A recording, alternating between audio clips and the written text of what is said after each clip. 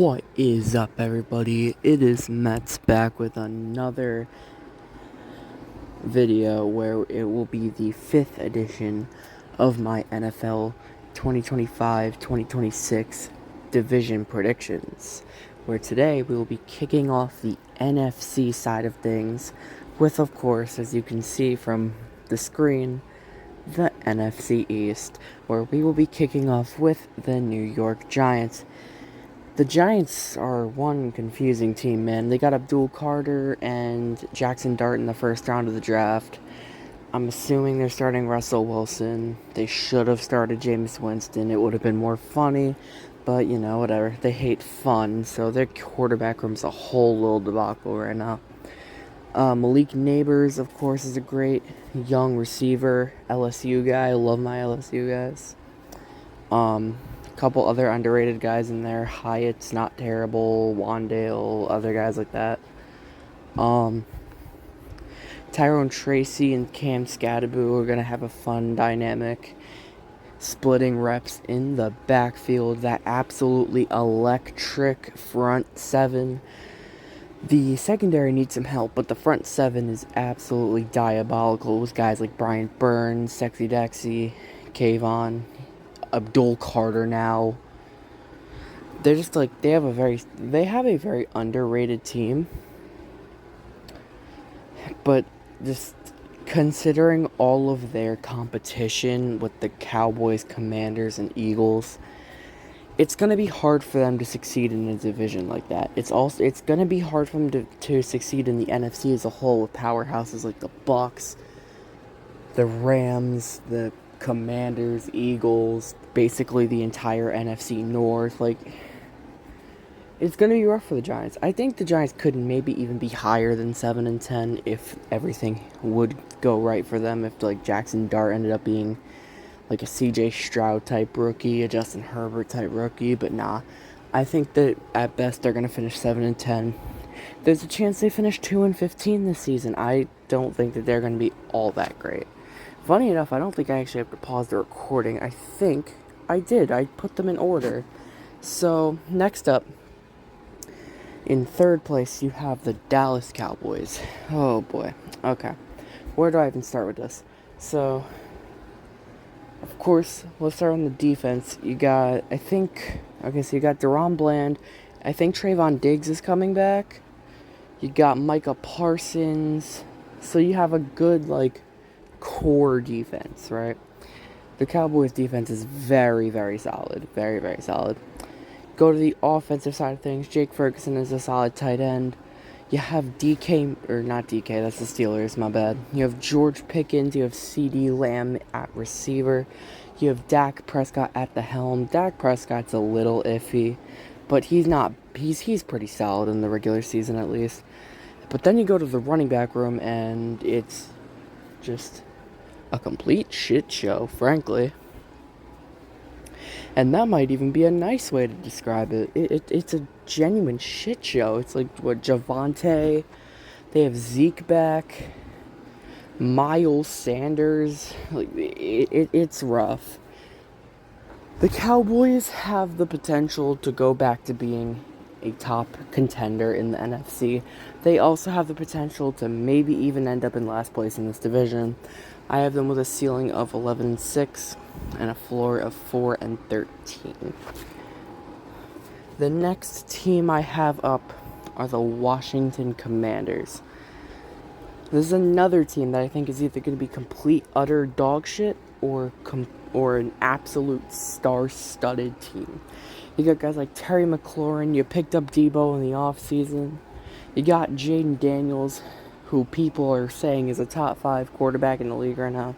Which then again, people said that about C.J. Stroud, but then sophomore slump happened. So let's hope that doesn't happen to Jaden Daniels for the sake of the Commanders, right? Brian Robinson in the backfield. You have a pretty decent O-line, all things considered. You got Laramie Tunsil in the offseason. What's it called? Sorry, I'm blanking. The defense is very, On paper, you wouldn't expect it to be good, but they overperform, sorry. Like Bobby Wagner, he's aging, but he's very, very solid still. The defense definitely overperformed last season. There's a very solid chance of regression. This team has a lot of room for improvement, but it also has a lot of room for regression. I think that there's a chance that the defense regresses back to like how it was in 2024. I think that there is a chance, or well, not 2024, 2023. I think there's a chance that like, I think there's a chance like Jaden Daniels has a sophomore slump. Terry had a career year last season. Who says he does that again? Deebo Samuel, we all know the concerns with him. They're either going to finish towards the top of the NFC or towards the bottom of the NFC. And I don't see there being an in-between, to be honest. And of course, in first place are your defending Super Bowl champions, the Philadelphia Eagles. Boo. Yeah, I only like one team in this division, which are the Commanders, so hate to see it. So the Eagles, oh man, where do I even begin with this team? So you lost Slay, but that's fine because he's aging anyway. You lost Josh Sweat. That's a rough loss, actually. You never want to lose a guy like Josh Sweat. He's a very solid guy on the D-line. But then again, you have 7,000 defensive linemen. It's not like you can just slot another guy in there. Worst case scenario, you move Jalen Carter to the fucking where he was. You have Nolan Smith there still. Jalen Carter just exists,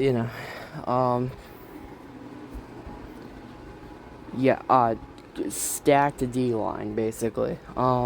Very stacked defense in general, with guys like Quinyon Mitchell, Cooper DeJean, Zach Bond. I'm missing a few, because I'm blanking. You got an absolute nutty offense. You have, I'm not going to say duo, because if we're talking best wide receiver duo, that goes to the Bengals.